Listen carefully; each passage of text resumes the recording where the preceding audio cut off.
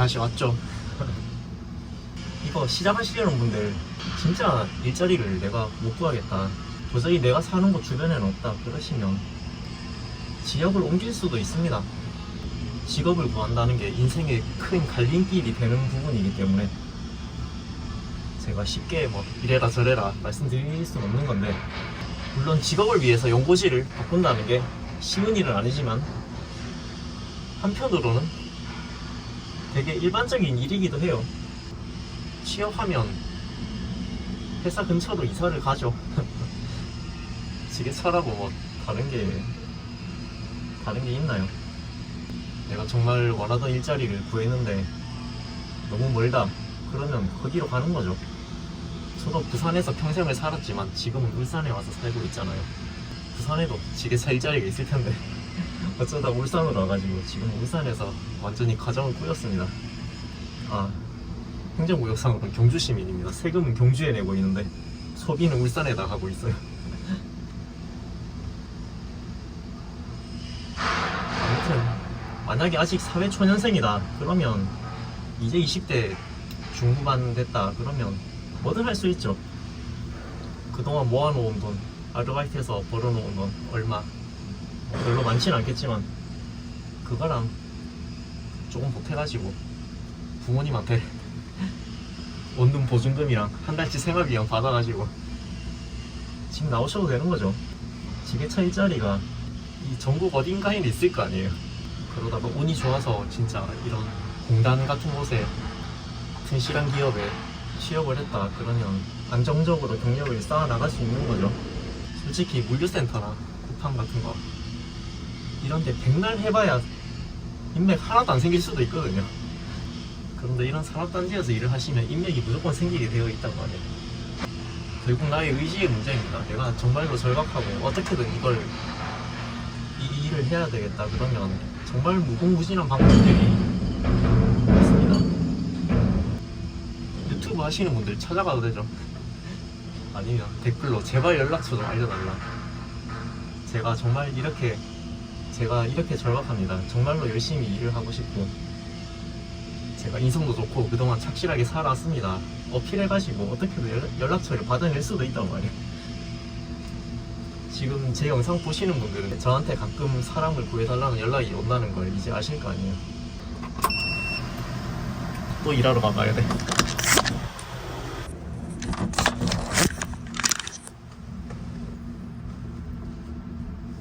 물론 저한테 연락을 하라는 이야기는 아닙니다. 설령 연락을 한다고 해도 일자리가 언제 나올지 알 수가 없어. 그런데 제가 뭐라 하는 건 아니고 사실 그만큼 절박한 사람들은 잘 없죠. 그 정도로 절박하면 알아서들 다 찾아가겠지. 왜냐하면 저는 어린 친구들 보면 되게 부러웠거든요. 제가 지게차를 30 중반 정도에 시작을 해가지고 이제 경력이 7년 정도 됐죠. 벌써 한 해가 또 지나가지고. 그런데 제가 처음 일하던 곳에 그때 지게차 반장하면서 신입들 뽑아보고 했는데 이제 막 20대 중반 후반 이런 애들 오잖아요. 그때 드는 생각이 와 얘들은 지금 내 나이 정도 되면 경력이 10년 차가 되겠다 그런 생각이 들더라고요. 아직도 제가 경력이 10년이 안 됐잖아요. 그런데 30 중반에 30 중후반쯤에 경력이 10년 차가 되면 대단하죠. 나도 조금 더 일찍 시작했으면 얼마나 좋았을까 그런 생각을 하지 않을 수가 없단 말이에요. 저는 이 직업이 마음에 드니까. 보통 자기 직업을 추천하지 않죠. 누가 나도 그거 해볼까 그러면 하지 말라 그러죠. 막상 해보면 힘드니까 하지 마라 그러는데 세상에 안 힘든 일이 어디 있습니까. 지게차는 할만한 직업입니다. 왜냐하면 스트레스를 안 받기 때문에. 그게 가장 크죠. 적성에 맞는 분이면 이걸 조종하는 게 재미가 있습니다. 일하면서 재미있는 직업이 세상에 몇 가지나 되겠어요. 일이니까 하는 거지. 직업에 대한 환상 같은 게 있죠. 그런데 좋은 직업이라는 게 그 직업을 가진 사람이 멋져 보이는 건데 막상 그 일을 하는 과정은 실제 해보면 힘든 경우가 많아요. 얼핏 생각나는 이제 수많은 전문직들, 변호사, 의사, 제 전공이 디자인인데 디자이너 이런 것도 마찬가지고 일을 하는 과정이 그렇게 즐겁기가 힘듭니다. 직업은 멋지지만 그 직업을 해나가는 과정이 막상 겪어보면 별로 재밌지가 않으니까 추천을 안 하는 거죠. 너는 하지 마라. 그런데 지게차는 그렇지가 않단 말이에요. 이거는 하면 재미가 있어요. 기계 좋아하시는 분들, 장비 좋아하는 분들, 내 걸로 하면 더 재밌거든요. 남의 거 타도 약간 재미가 있는데 내 거를 타면 훨씬 재밌죠. 이것도 말이 나와서 하는 이야기인데, 지게차도 이 지게차라는 직업의 가장 큰 메리트가 몇 가지가 있는데 크게 두 가지라고 생각을 합니다. 일단 일을 하면서 크게 간섭받을 일이 없기 때문에 스트레스를 별로 안 받는다. 아예 안 받는 건 아니지만 스트레스를 별로 받지 않는 직업이고, 이 작업 과정에 조금 재미가 있다, 그런 건데 재미를 못 느끼는 분들도 있어요. 그냥 일이니까, 그냥 해보니까 여러 가지 직업 중에 적당히 할 만한 이런 생각으로 하는 사람들도 분명히 있습니다. 그런 분들께는 그냥 스트레스 덜 받는다, 뭐 이 정도가 메리트겠죠. 그런데 이거를 하면서 재미를 느끼는 사람들도 있단 말이야. 재미가 있죠, 장비 조종하는 게.